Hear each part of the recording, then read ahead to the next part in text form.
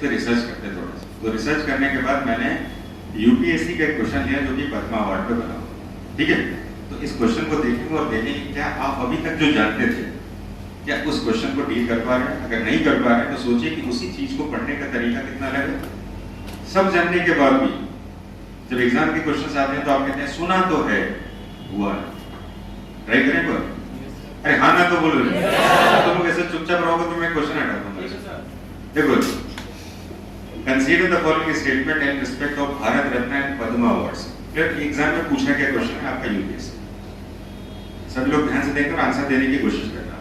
Bharat Ratna and Padma awards are titles under article 18(1) of the constitution of India. पहला word clear है। भारत रत्न और Padma awards are the titles under Article 18(1) of the Constitution of India. Padma Awards, which were instituted in the year 1954, were suspended only once. 1954 में बना था, एक बार suspend किया। Number of Bharat Ratna Awards is restricted to maximum of the 5 in the particular year. तीन statement दिए हैं Padma award और भारत रत्न से संबंधित, और कहा गया है इसमें which one of the above statement are not correct. अब इनमें से कौन से स्टेटमेंट सही है, ठीक है। अब मुझे आप बात बताइए, जो आप पद्मा अवार्ड आप पढ़ रहे थे करंट अफेयर्स में, क्या उनसे मैच कर रहा है? कर रहा है क्या मैच? नहीं कर रहा है।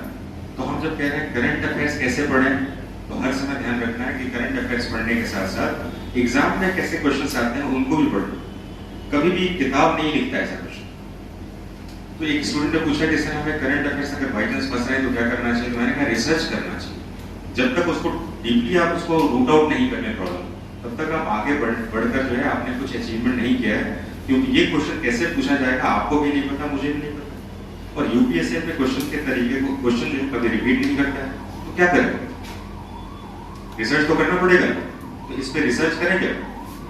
तो मैं काम करता हूँ, मैं इस पे रिसर्च करने के लिए थोड़ा सा लेक्चर लेता हूँ, और इस लेक्चर के बाद फिर आप खुद मुझे बताइएगा कि हम इसको सॉल्व कर लेंगे। क्लियर?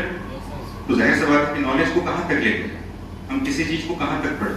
तो मैं आपको कहानी सुनाता हूँ थोड़ा पद्मा अवार्ड से रिलेटेड। सबसे पहली बात है कि भारत में आजादी के बाद मौलिक अधिकारों में एक मौलिक अधिकार समानता का अधिकार है, जो भारत का पहला संवैधानिक मौलिक अधिकार है। कौन सा अधिकार है? Right to equality, right to equity. और राइट टू इक्विटी में एक आर्टिकल जोड़ा गया है जिसका नाम है 18, एंड ऑफ टाइटल्स, यानी कि उपाधियों का अंत। कौन सा आर्टिकल है? 18। और उपाधि का मतलब होता है किसी भी व्यक्ति के आगे राजा साहब, किसी को सम्राट, ऐसे वर्ड, चौधरी साहब, राय बहादुर, ऐसे वर्ड का यूज करना जो है उस आदमी को बाकी सामान्य से अलग बना देता है। और ऐसे टाइटल्स के साथ जो है राइट टू इक्विटी हमारा जो है खत्म होगा। क्लियर बात? लेकिन हमारे देश में इस संविधान के आर्टिकल के साथ सिर्फ सेना में और शिक्षा के क्षेत्र में टाइटल्स लेने की परमिशन दी गई, जैसे कि headmaster, principals, colonel, general, brigadier, ऐसे वर्ड नाम से पहले लगा सकते। सही बात है क्या? अगर कोई मान लीजिए प्रिंसिपल होगा तो क्या कहेंगे? Principal something. अगर कोई कर्नल होगा तो कर्नल राष्ट्रपति, ऐसा कह सकते हैं।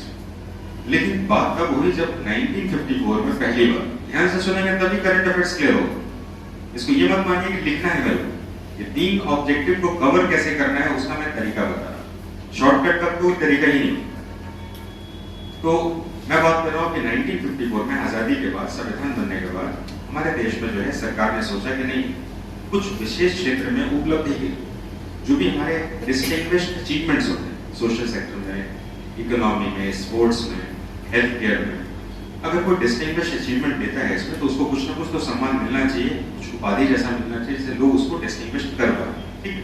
और इसी ऑब्जेक्टिव को लेकर 1954 में, कब में 1954 में पहली बार जो ये डिक्लेयर किया गया इसमें भारत रत्न और पद्म सम्मान, पद्म विभूषण, पद्म अवार्ड। तो भारत रत्न और पद्म अवार्ड की शुरुआत कब हुई थी? 1954 में।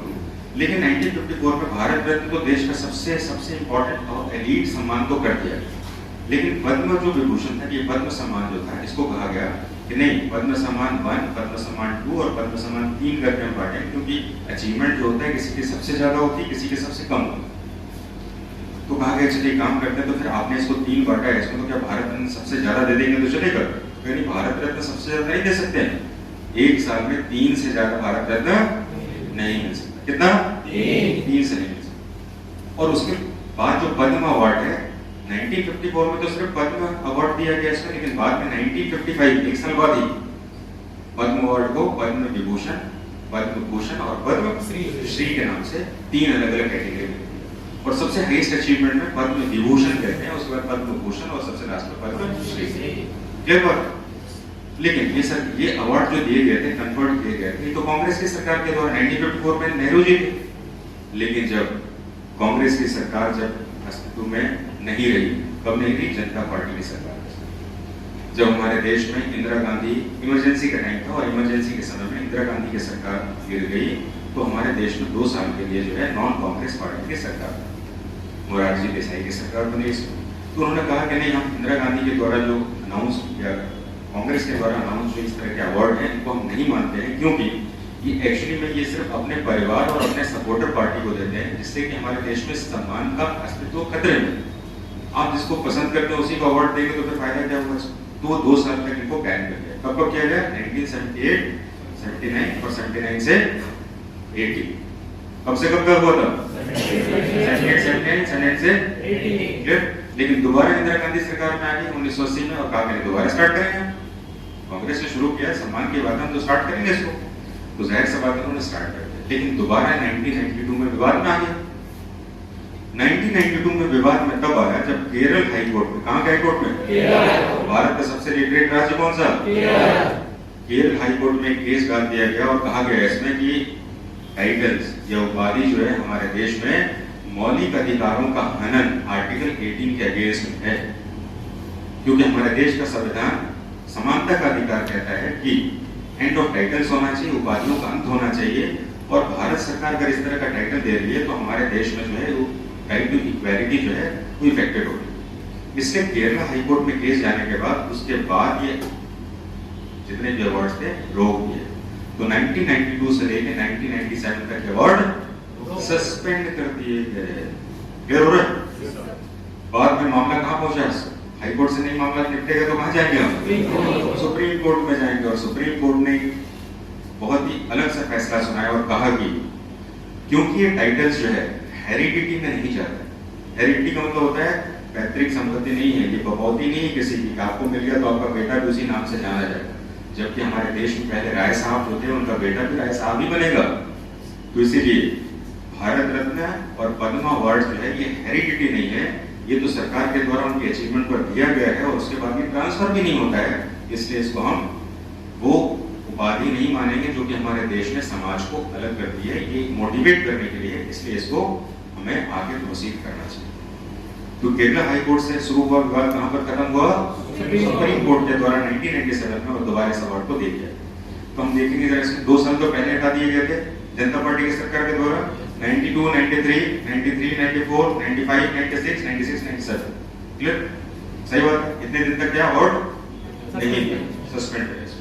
लेकिन उसके बाद ये, तो इसके बाद अगर बात करें करंट अफेयर्स से, जो कि जनरली स्टूडेंट पढ़ते हैं इसमें, कि 2022 में जो सम्मान दिए गए कितने लोगों को दिए गए? तो कहूंगा मैं 128, और ये सम्मान में पद्म विभूषण कितने को दिए गए? तो 4 को दिए गए। अब आप बताइए कि इस क्वेश्चन में सारे ऑप्शन आ रहे हैं क्या? नहीं आ रहे हैं। अब आप जरा ध्यान से देखेंगे कि ये क्वेश्चन को आप सॉल्व कर सकते हैं, क्योंकि मैंने छोटा सा जो लेक्चर लिया आपको उसको देखिए। Bharat Ratna and Padma awards are under article 18(1) of the constitution of India. क्या भारत रत्न उपाधि है क्या? उपाधि नहीं है। अगर 18 के अंदर होता तो जाहिर सी बात है इसको तो बैन है। आर्टिकल 18 क्या कहता है? उपाधियों का अंत कहता है इसको। और भारत रत्न और पद्म अवार्ड उपाधि नहीं है। दूसरा देखिए इसमें, Padma awards which were instituted in 1954 were suspended only once. एक बार किया गया था ये? कहानी समझ में आ रही है आपको?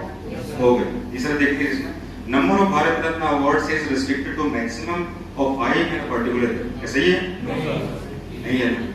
तो हमने जो कहानी सुनी है उस कहानी को जब तक ऐसे ही नहीं समझेंगे तब तक आप जो करंट अफेयर्स पढ़ते हैं जिसमें कहा जाता है 2022 में पद्म सम्मान कितने मिले? 128, और उससे एक भी क्वेश्चन इसमें नहीं है। और आपको पता होना चाहिए ये यूपीएससी 2021 का क्वेश्चन